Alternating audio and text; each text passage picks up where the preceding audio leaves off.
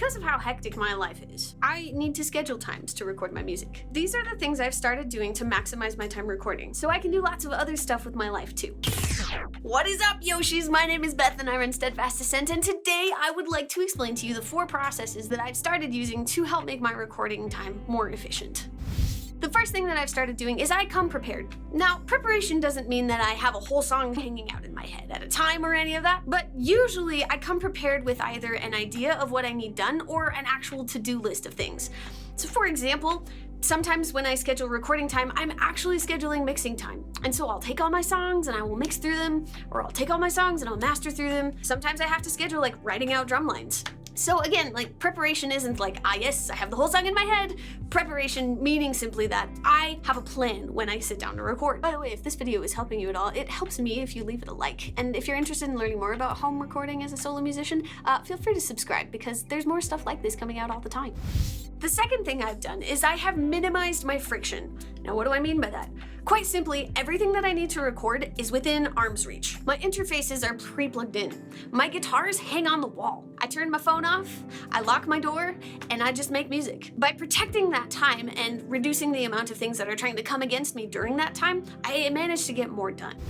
The third thing I do when I record to make more out of it is I record it immediately and then question whether or not I should have recorded it later. Another way to think about this is that when I'm recording, I'm recording. I'm not researching how to record. I'm not looking up new tutorials or new ideas or new techniques.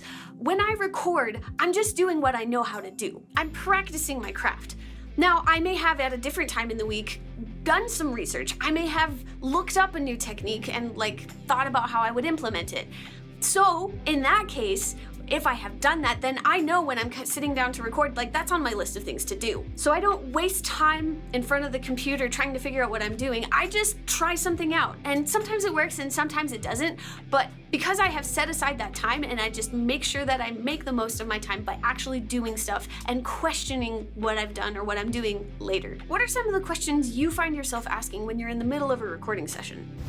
Now, the last thing that I've started doing is I view my recording time as fun time. Having a mindset that recording is fun actually makes it more enjoyable for me to use that time, and I'm expressing myself more truly. It can be really tempting for me to get stuck into mindsets like, man, how is this actually helping my career? Man, how is this affecting me personally? But instead, it's much more productive for me to ask questions like, I think I'm gonna do that goofy thing the tutorial said to never do. What would happen if I did this instead of the thing I've already been doing? And thanks to those 4 things, I actually can get a lot of work done when I sit down to record. And actually, the amount of time it takes for me to produce a song has dropped from about 12 hours to about 6. So if you haven't already, pull out your calendar. Schedule a time to do some recording.